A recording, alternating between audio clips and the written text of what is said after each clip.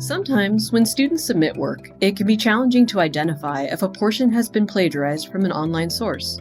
Google Originality Reports are built into Google Classroom and are easy for your students and you to check. My name is Lisa Swank, teacher on special assignment with the Department of Innovation and Learner Engagement.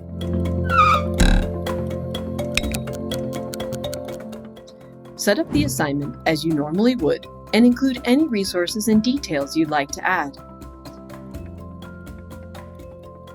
To activate the originality check, click the box next to Check Plagiarism, Originality, and set up and assign the assignment as you normally would.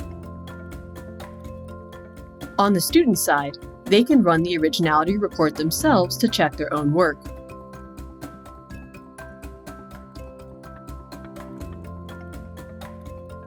Students can view where they have originality issues, as well as the source they may have accidentally plagiarized from. They can either correct it and resubmit their work, or they can submit the assignment as is.